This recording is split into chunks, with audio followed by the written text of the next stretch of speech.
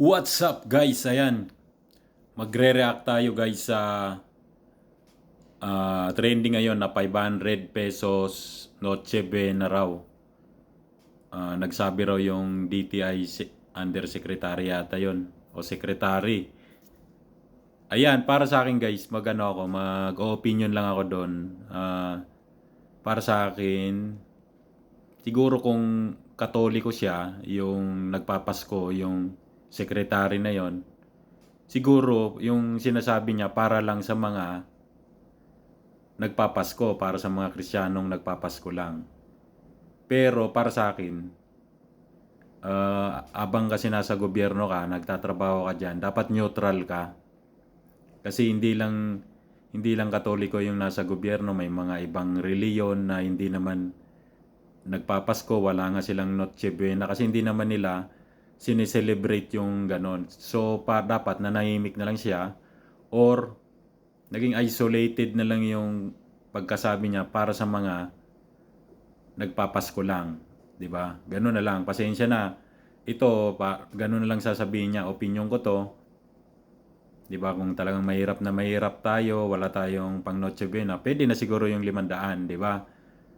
So para sa akin naman, totoo naman 'yan, nangyayari 'yan. Kami nga nung mga bata pa kami, nakatira kami sa bundok. Talagang wala kaming nasa may palayan pala kami nun, nasa may palayan kami. Talagang may Pasko na walang-wala kami. So okay na yung mayroon ka lang malagang saging, malagang kamote, pwede na yon. So pwede naman kasi yon. Ang point lang kasi dito, bakit nasabi pa niya bilang isang government official, 'di ba? Unfair kasi sa hindi naman nagse-celebrate. 'Di ba? Kung marami ka namang pera, kung isa kang Kristiyano na maraming pera, pwede ka naman maganda ng marami. Ang sa akin lang naman kasi, alam mo kasi yung Pasko, sharing of yan eh.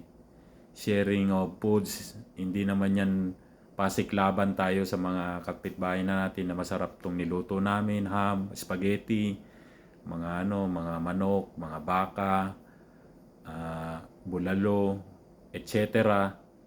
Imported na mga pagkain, etc.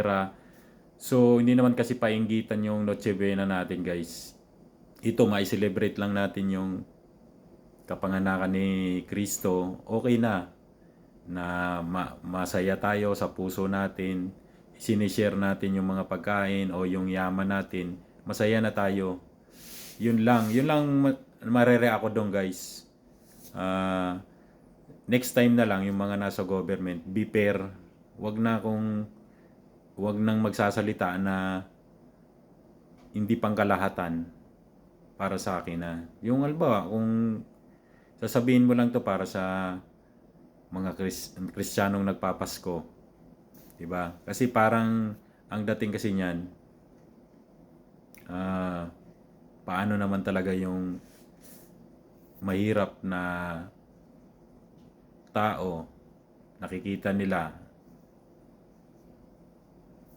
kumakain yung mga mayayaman, masasarap, 'di ba? Para sa akin, hindi ko naman big deal 'yan, di big deal kasi it's a religious na matter na kahit ako, Kristiyano ako, nagpapasko ako, kahit wala akong handa, masaya na ako. Masaya na ako, guys. Ako bilang OFW, kung anong meron sa pera ko, ibibili ko. Kung meron ako, pero kung wala, okay, kakain naman ako. Mahalaga, naalala natin ang birthday ni Kristo. Yun lang masasabi ko, guys. Bye-bye.